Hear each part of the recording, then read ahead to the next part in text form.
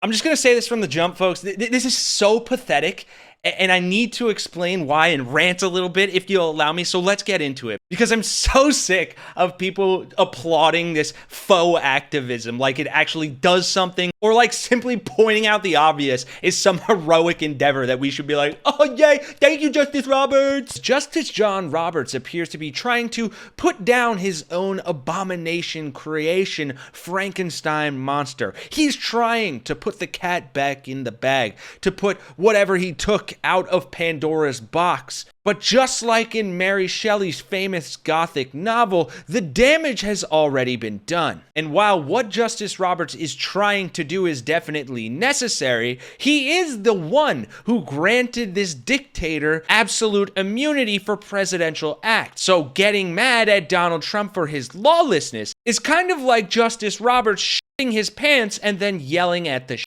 Drop a like and subscribe if you appreciate the hypocrisy being called out on all sides here, and let's dive in. Now, today's bombshell from Roberts comes after he had been firing criticism at the Joffrey of America all week, as we'll see. Here he is when being asked about the independence of the judiciary just days ago, as well as getting some pushback about Trump's war on political dissent. Listen to how he responded. I think most judges would agree that judicial independence is crucial. Do you agree? What do you think? Oh, yeah. I mean, it's central. The only real political science innovation in our Constitution, I mean, you know, parliaments have been around for 800 years, and obviously executives, is the establishment of an independent judiciary. And that innovation doesn't work if it's not, the judiciary is not independent.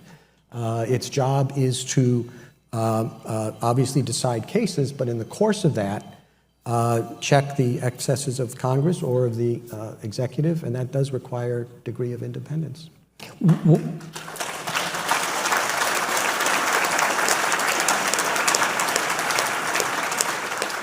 What do you think of these calls for impeachment of judges based on the decisions that they've made?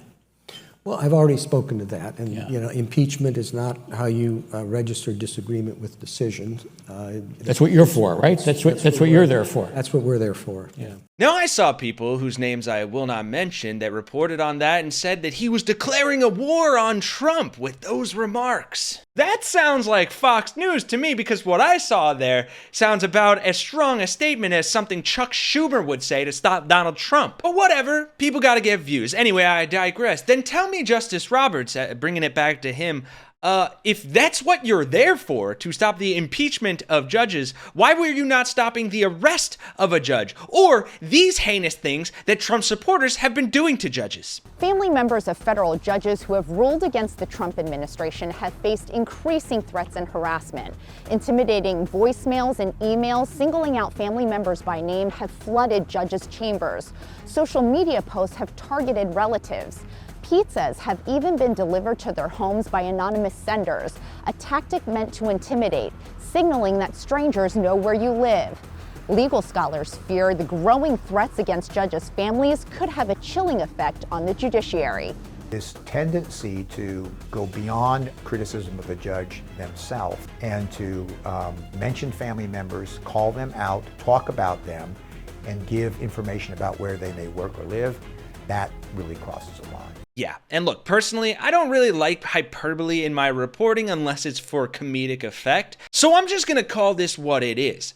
Fucking pathetic. Sure, Roberts did some things in the past, like helping push through Obamacare, that I appreciate, but this is just pandering and dumb. There is over an hour of video footage of this Georgetown graduation that you can find if you want it, but me personally, I don't feel like sitting through a bunch of pandering from the chief prick of the supremely corrupt court, so I'm just gonna break down the part everyone was up in arms about via Politico's reporting. Because get this, folks, this genius seems to have realized that the rule of law is, quote, endangered, as he spoke at Georgetown and denounced, quote, ad hominem criticism of the justices. He described the current state of the rule of law as endangered and warned against trashing the justices. But he didn't point fingers directly at President Donald Trump or his allies for publicly excoriating judges who've ruled against aspects of Trump's agenda. Y'all, I would call this man a pussy, but he is so much worse. He has actively aided and abetted Donald Trump's takeover of our democracy and reign as the Mad King of America. I mean, this guy giving Trump immunity is the second worst thing a Harvard student has ever done,